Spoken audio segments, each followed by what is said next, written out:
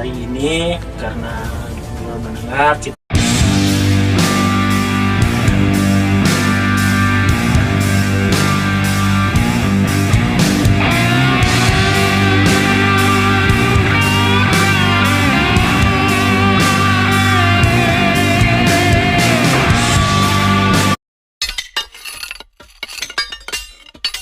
Selamat malam, selamat berjumpa kembali di Revolver Channel.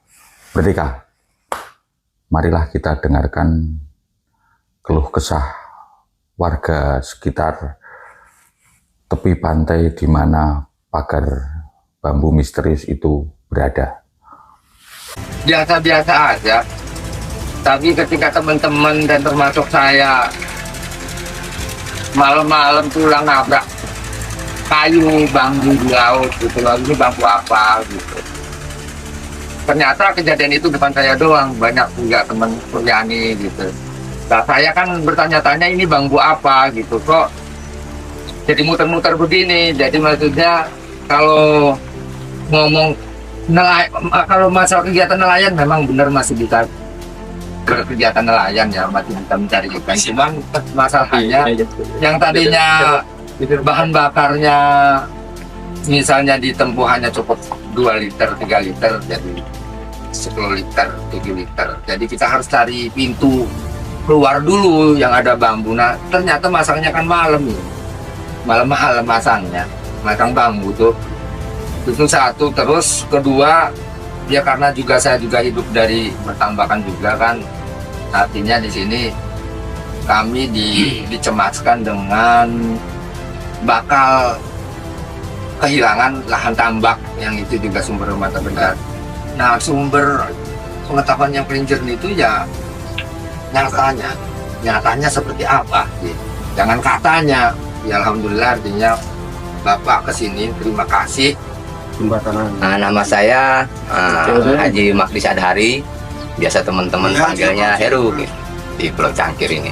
Kebetulan kami selaku ketua KTH kelompok tani hutan mangrove Pulau Cangkir atau Mapuca lahir sejak 2018.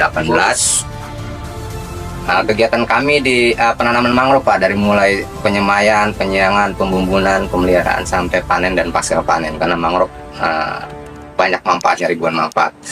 Nah, pertanyaan kami satu, ini banyak ya pertanyaan itu ya, bagi-bagi ya teman-teman.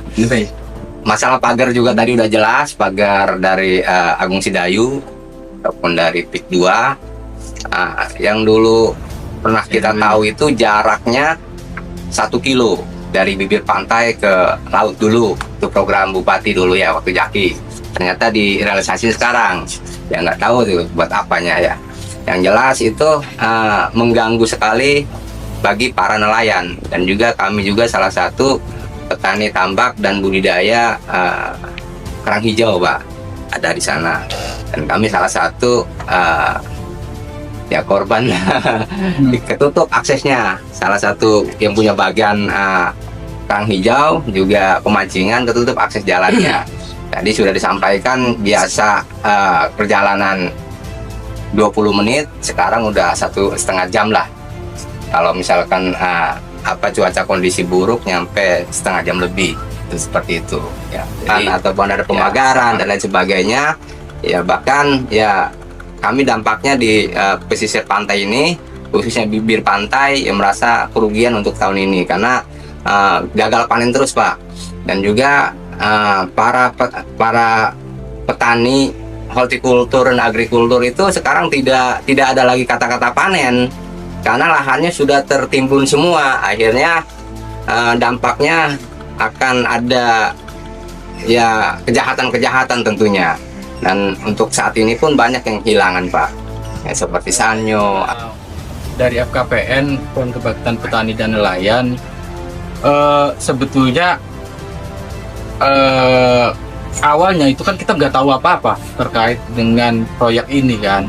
Yang jelas di lapangan terjadi itu adanya calo-calo tanah yang berkeliaran dari mulai Keruncu, Pontang, Tirtayasa sampai Tanah Rasana gitu. Dan mereka mengirimkan list list blok sawah sekian hektar gitu kan, blok tambak.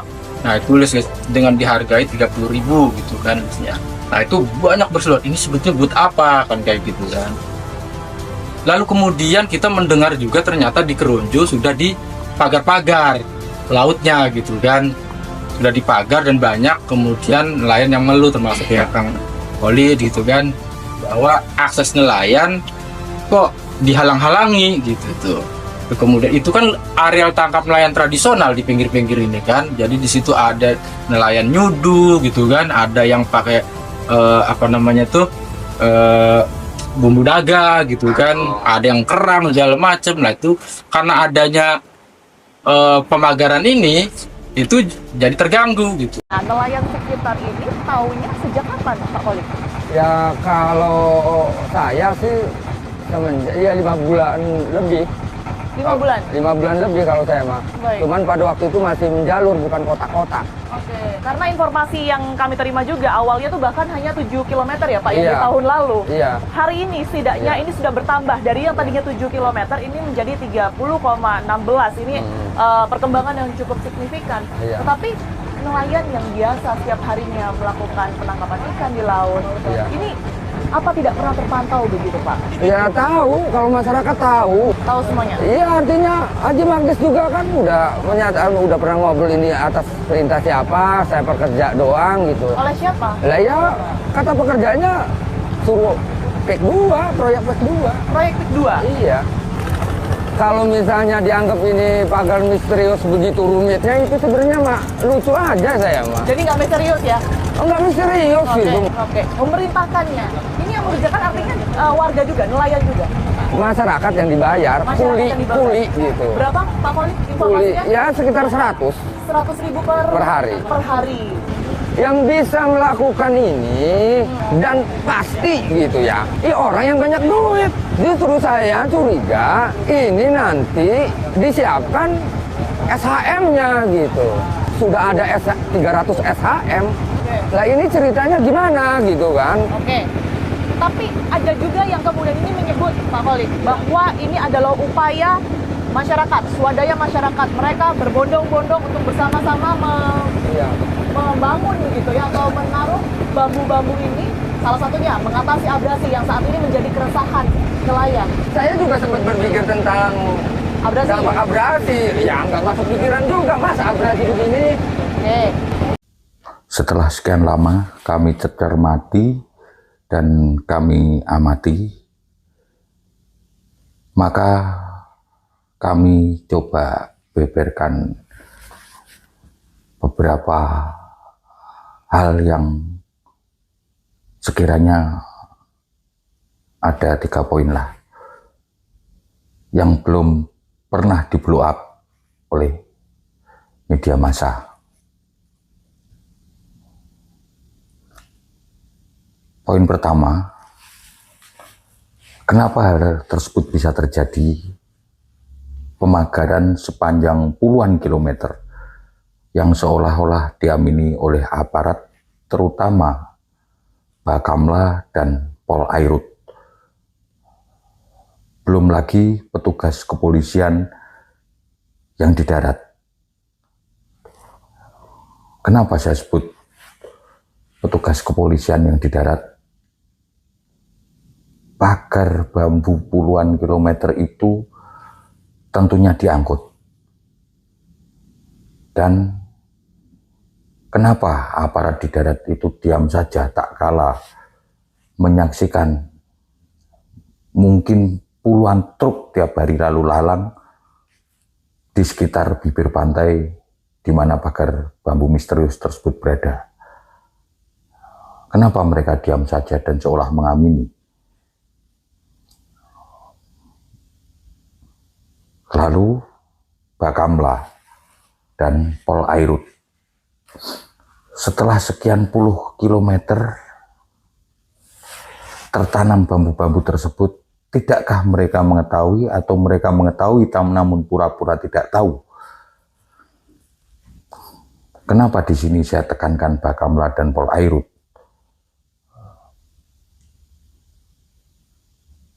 Fungsi pencegahan dan penindakan kan ada di kepolisian. Nah, Polairut adalah satu bagian dari jajaran di kepolisian tersebut, sehingga itu adalah tugas daripada Polairut untuk melakukan penindakan. Pertanyaannya adalah, apakah selama sekian bulan itu mereka tidak pernah berpatroli? Tidakkah mereka curiga dan kemudian menyelidiki dan mengusut apakah sudah mendapatkan perizinan dan lain sebagainya? Itu adalah pertanyaan besar buat saya, dan sekiranya banyak teman-teman sekalian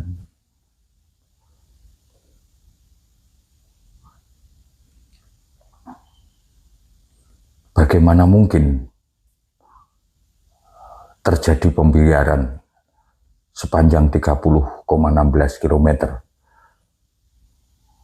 Tentunya proyek tersebut saya lihat di tayangan televisi, tentunya ya sangat fenomenal lah, dan tidak mungkin mereka mengetahui. Coba kalau kita naik pesawat saat take off ataupun saat pesawat tersebut menuju landing, saya kira di atas pesawat pun dapat dengan mudah kok terlihat pagar bambu tersebut. Itu adalah pertanyaan besar yang pertama. Kemana Polairut selama ini? Lalu, di manakah fungsi penyelidikan, penindakan, dan pencegahan yang seharusnya dijalankan, namun ternyata tidak dijalankan? Pertanyaan terbesar kedua adalah, bagaimana fungsi intelijen kita mensikapi dan mengkaji hal itu? Masa sih bisa kecolongan? Ini di seputar Jakarta loh. Sepanjang 30,16 km pula. Tidakkah intelijen mengendus keberadaan proyek tersebut, lalu kemudian melakukan tugas pokok dan fungsinya sebagai lembaga intelijen yang ada di Republik Indonesia ini? Ataukah mereka kecolongan? Nah, jika mereka kecolongan, berarti intelijen kita saat ini benar-benar lemah. Di seputar Jakarta mereka kecolongan, apalagi kemudian di perbatasan dan pulau-pulau terluar di Republik ini. Apabila terjadi sesuatu hal, tidak bisa dideteksi sejak dini. Ini sangat berbahaya bagi kelangsungan pertahanan negara kita. Karena apa? Deteksi awal daripada pencegahan adalah kuatnya fungsi intelijen.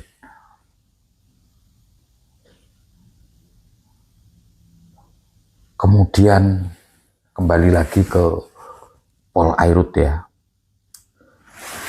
Irjen Muhammad Yasin selaku Kepala Korp Polairut Baharkam Mabes Polri menyatakan bahwa belum ada laporan tentang pemagaran laut.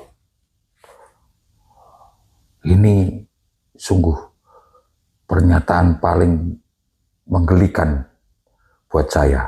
Seorang jenderal polisi bintang 2, komandan korp polisi air dan udara, memberikan pernyataan seperti itu.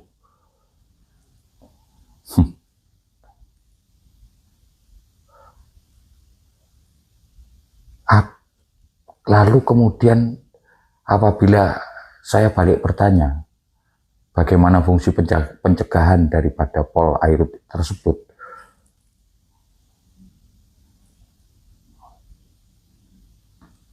Selama ini mereka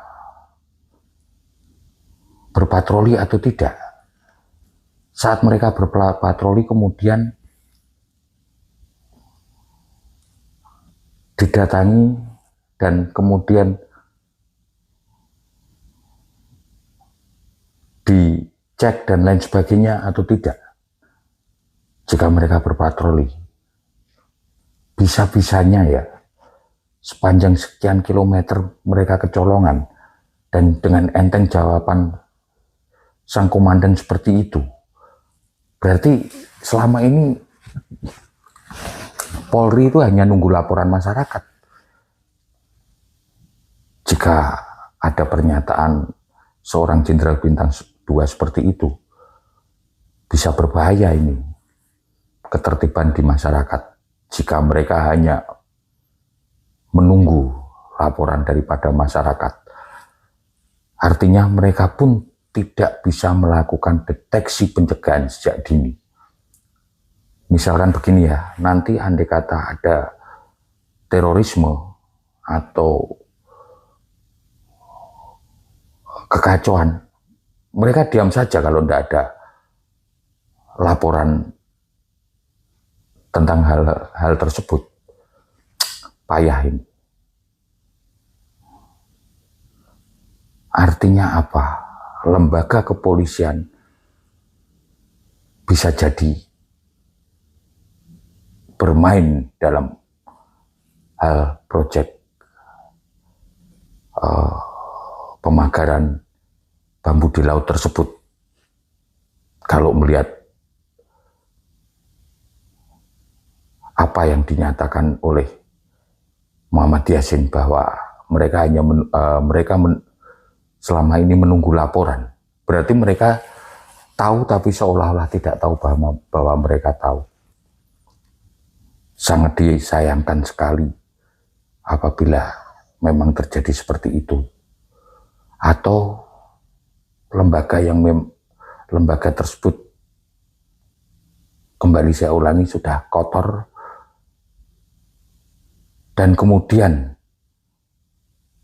seperti kita tahu semua, lembaga tersebut sangat gampang dikendalikan dan dijadikan alat kekuasaan oleh segelintir orang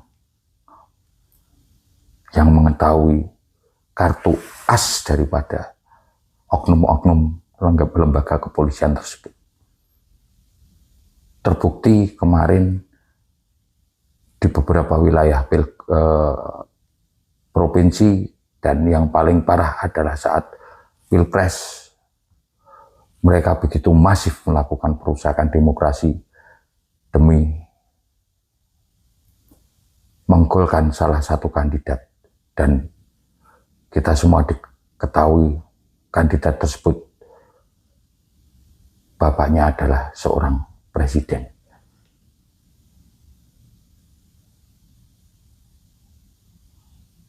Kenapa saya sebut demikian? Yang tahu dan mengetahui bagaimana dalamnya lembaga tersebut tentunya hanyalah presiden. Karena Kapolri bertanggung jawab langsung kepada presiden. Sehingga presiden dengan gampang dan mudah mengendalikan tentunya dengan sandera kasus untuk dijadikan alat kepentingannya. Itu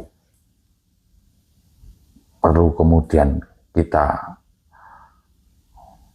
sikapi bersama.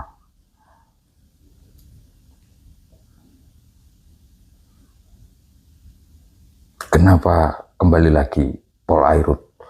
Yaitu tadi fungsi pencegahan penyelidikan dan penindakan di tengah masyarakat yang bisa hanyalah kepolisian. Ini sesuai dengan Undang-Undang TNI dan Polri. Camkan baik-baik hal ini. Kemudian di Kementerian Kelautan dan Perikanan terjadi polemik yang sungguh menggelikan. Sangat aneh.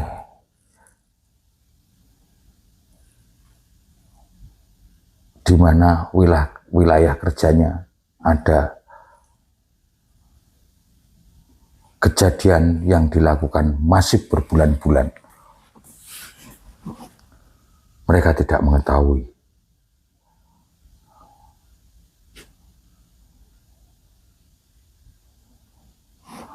Kenapa demikian? Suatu hal juga yang sangat tidak mungkin jika mereka tidak mengetahuinya. Penerbitan PKKPLR di mana itu merupakan rekomendasi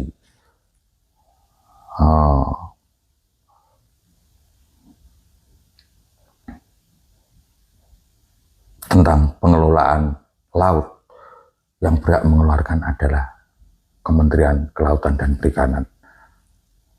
Dan sekarang dinyatakan bahwa KKP belum pernah menerbitkan PKKPLR tersebut. Ini juga sangat lucu.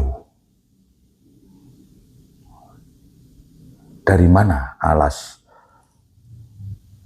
Kementerian ATR BPN menerbitkan HGB kalau tidak ada rekomendasi dari Kementerian KKP? Atau yang terjadi adalah PKKPLR abal-abal yang kemudian dijadikan alas oleh Kementerian ATR BPN untuk menerbitkan sertifikat HGB di wilayah laut yang telah dipagari tersebut. Karena kita semua juga tahu bahwa mereka mempunyai HGB dan ini sungguh suatu hal yang tidak masuk akal.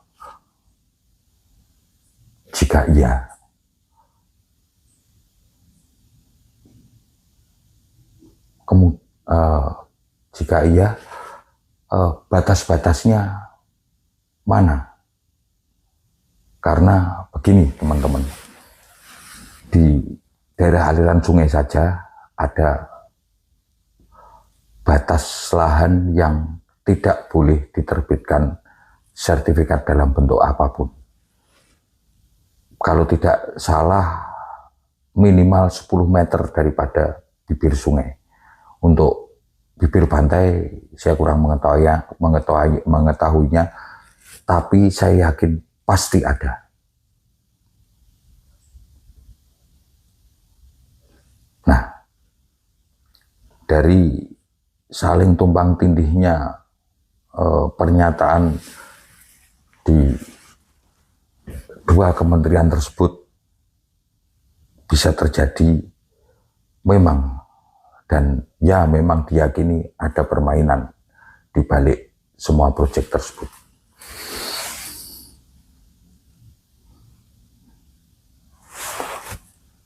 Jika melihat hal tersebut, kemudian kita bikin skema siapa saja yang bermain. Ada beberapa lembaga yang bermain, yaitu Bakamla, kemudian Polairut, kemudian KKP, dan BPN, ATR BPN. Semuanya terlibat dalam proyek pemagaran laut tersebut. Dan saya yakin semuanya sebenarnya mengetahui Kalau kita perluas, saya kira bukan tidak mungkin dari pihak TNI pun juga mengetahui. Namun apa daya mereka tidak mempunyai fungsi pencegahan dan penindakan, sehingga mereka melakukan pembiaran terjadinya proyek tersebut. Harap dimaklumi jika kemudian TNI diam saja. Jika mereka masuk tentunya perlu kajian lebih lanjut. Tapi saya yakin TNI pasti mengamati dan mencermati proyek tersebut. Yang saya sayangkan adalah Badan Intelijen Negara. Masukan-masukan ke mereka tentunya sudah banyak sekali. Siapa pemilik proyek tersebut, siapa pelaksana, dan lain sebagainya. Lalu bagaimana dampak bagi masyarakat sekitar seperti kita dengarkan tadi, tentunya mereka sudah mengetahui. Mengapa mereka juga diam? Mengapa mereka tidak segera merekomendasikan dan memberi masukan kepada Presiden? Jika kemudian kita runut hal ini, bisa jadi ini adalah perintah langsung dari Presiden, sehingga semua lembaga diam saja. Karena kemudian terjadi pengendalian di lembaga-lembaga tersebut.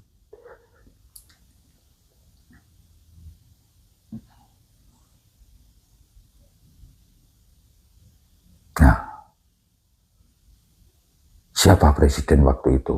Bukan lain dan tidak bukan adalah Jokowi atau yang akrab kita sebut Mulyono.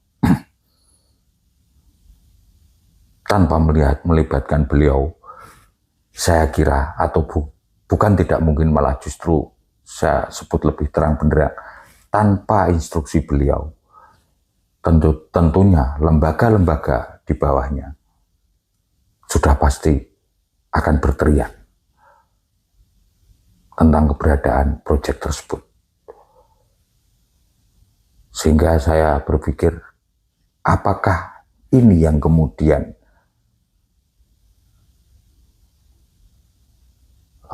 posisi RP menganugerahkan Mulyono menjadi presiden terkorup karena pengendalian korupsi tersistem yang dilakukannya di dalam berbagai ruang bernegara di Republik ini. Yang lebih aneh, kemudian siapa pemilik proyek yang tentunya orang yang sangat punya jaringan dan kemudian uangnya pun sangat banyak, tiba-tiba menguap. Muncullah pengakuan dari salah satu perusahaan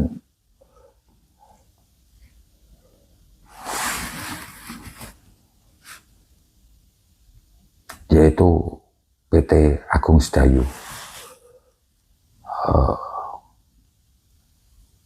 Di sini lewat pengacaranya atau kuasa hukumnya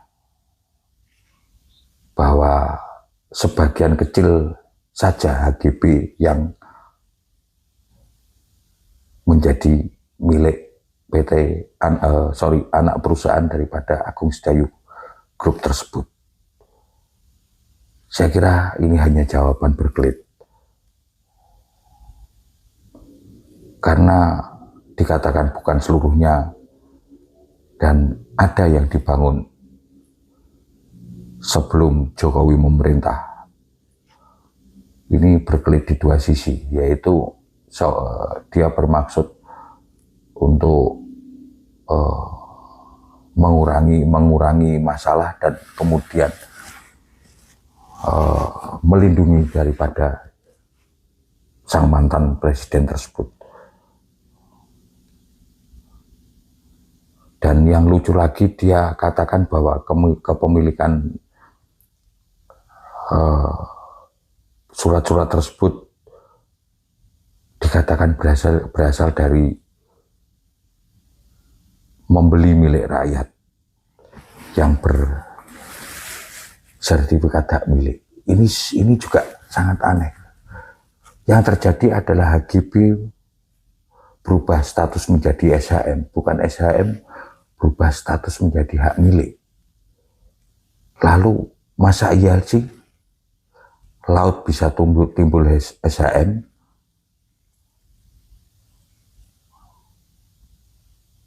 Dan kemudian yang melakukan rakyat biasa pula. Ini sungguh di luar nalar.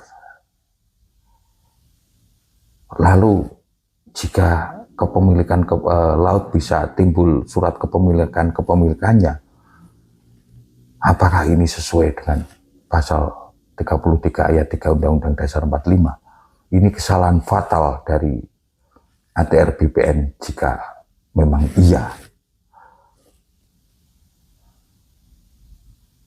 Karena pasal tersebut diterjemahkan penguasaan laut, bumi, air, dan udara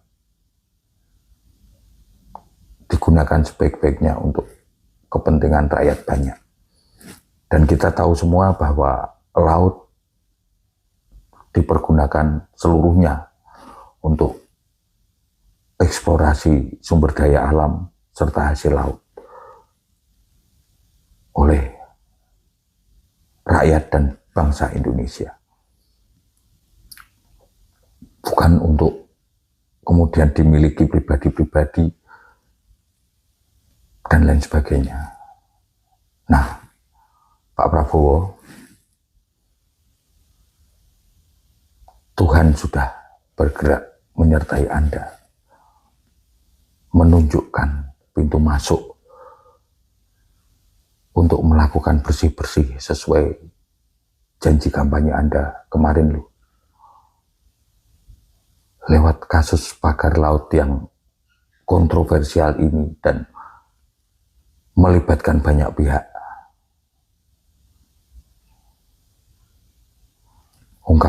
Ungkaplah siapa dalang dibalik semua itu. Siapakah pengendali utama sehingga terjadi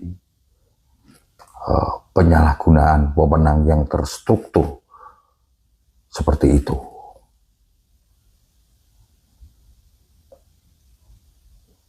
Ungkap dan tindak sesuai hukum yang berlaku. Kembalilah Anda jadi seekor macan. Kenapa saya sebut demikian, Pak Prabowo? Saya amati Anda dalam 100 hari ini hanyalah seekor kucing.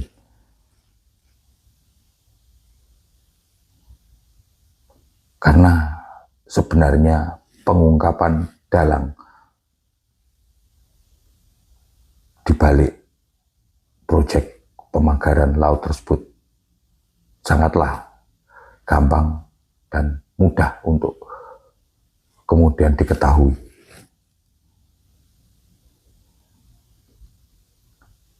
Jika Anda tidak berani dalam waktu dekat mengungkap siapa dalang dibalik pemagaran laut tersebut, maka kemudian di sini saya simpulkan bahwa Anda juga terlibat di dalamnya. Inilah yang disebut negara saling sandera. Semuanya tidak bisa bergerak. Dan kemudian orkestrasi tersebut ada seorang dirijen yang bernama Mulyono. Jika ini tidak dihentikan, siapakah yang paling dirugikan? Tentunya rakyat, bangsa, dan negara. Dan yang lebih penting adalah kedaulatan rakyat dan kedaulatan negara sedang dipertaruhkan di dalam negara yang kita ketahui bersama terjadi saling sandra, permasalahan, dan kemudian itu tadi ada seorang mastermind yang mengorkestrasi hal ini. Nah, Pak Prabowo, saya tunggu tindakan Anda sesuai dengan janji kampanye Anda. Sekian dulu dari kami. Salam revolveri, merdeka.